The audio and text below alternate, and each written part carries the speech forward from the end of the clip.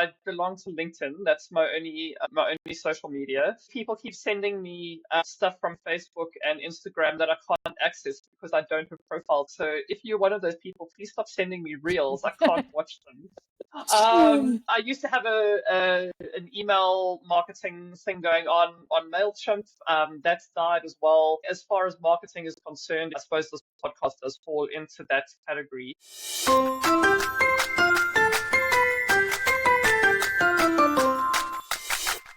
Welcome to Freelance Life. In these episodes, we're talking about the tools that we use every day or close to every day that help make our lives easier and help us do our jobs better.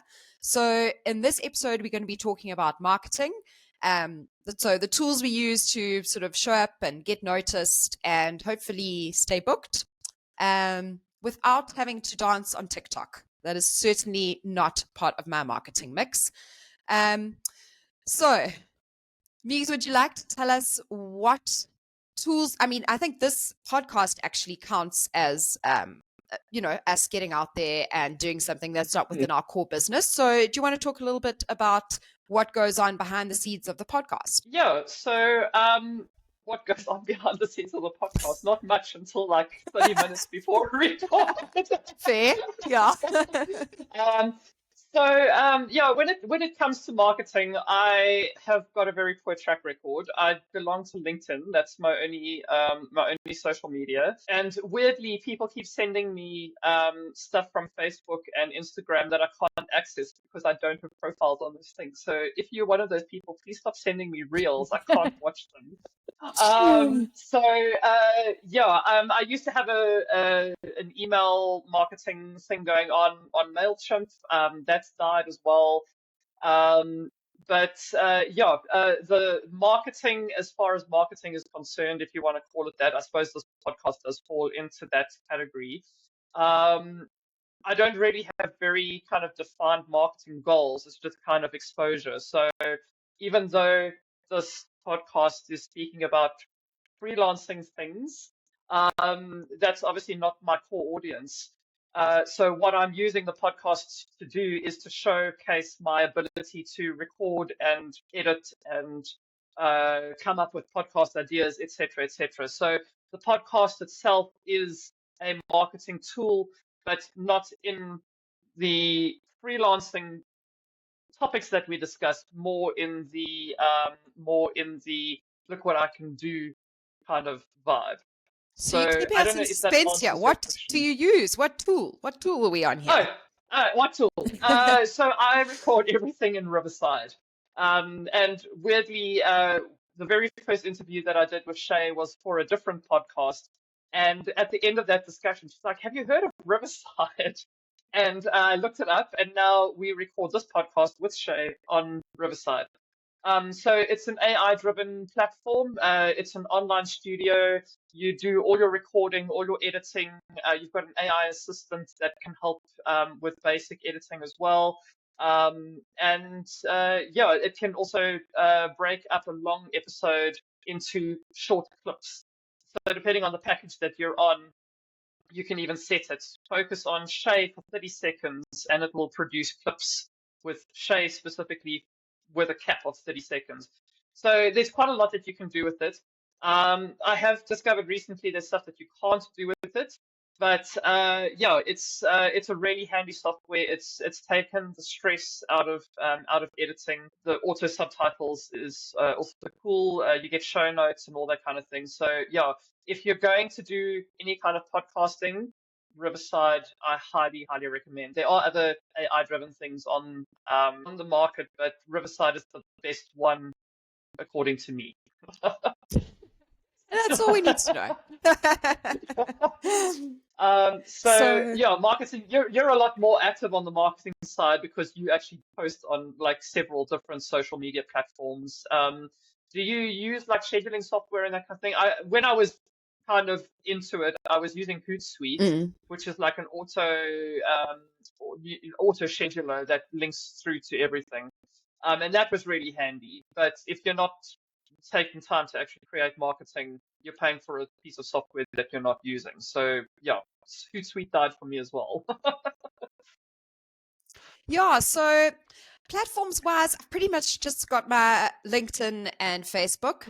So the marketing that I do actually also, isn't really geared towards my client base. It's more about thought leadership in the, I'm starting to really have a bad reaction to that word. In everyone wants to be a thought leader. I think we're going to have to come up with something a bit more buzzy and current anyway.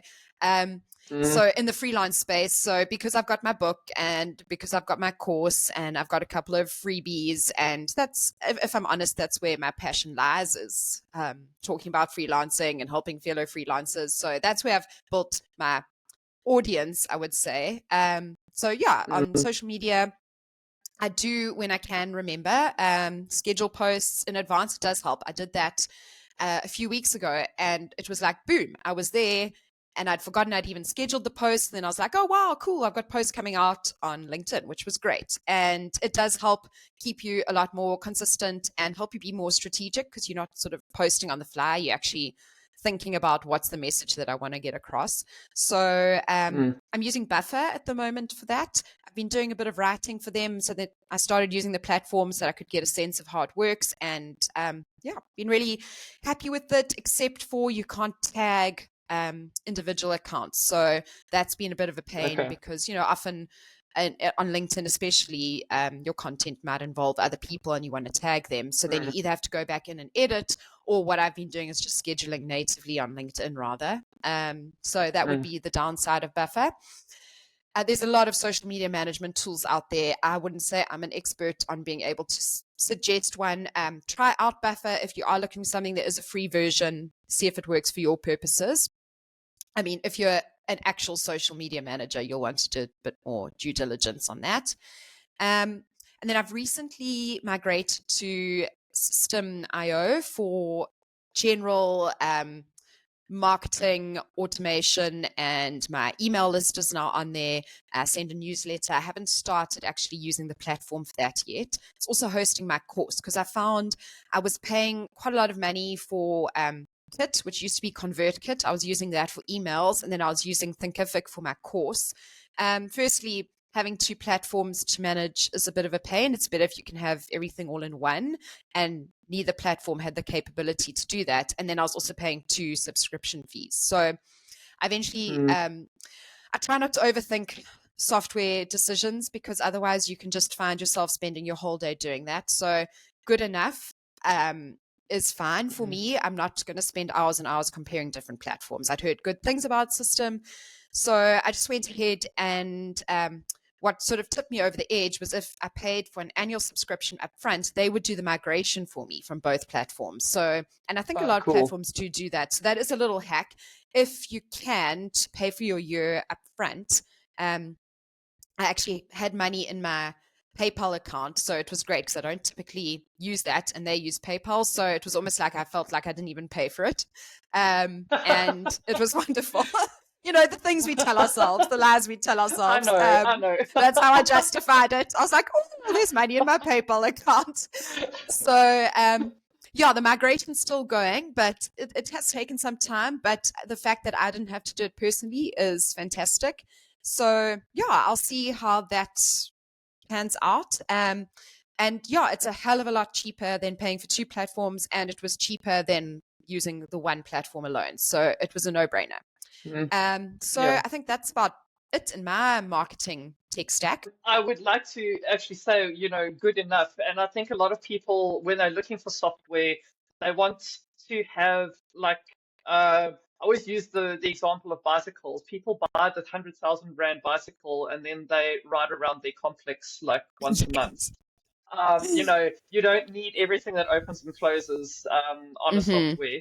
And there's actually a word for that. It's called Satisfice. And it's a combination of satisfy and sacrifice. And it's essentially looking at the lowest thing that makes it the bare minimum that you need it to function at. And anything over and above that is cream on the cake or cherry on the top, or whatever you want to call it. So look for something that is does the bare minimum that you need it to do, because chances are you're not necessarily going to use all the other fancy functionality. You're going to use that thing for scheduling your your social posts or whatever the story is. Always go for the lowest thing that the low hanging fruit. Yeah, lowest thing that that the software needs to do. So there's some random unsolicited advice and a new word to add to your lexicon. Love it. Thank you. That is good, really good advice. We want to know what do you use for marketing? Where do you market yourself? Do you find that you're trying to be on all platforms? Does one platform work for you? Tell us in the comments how you market yourself and what tools you use. We're interested to know. We will see you in the next episode.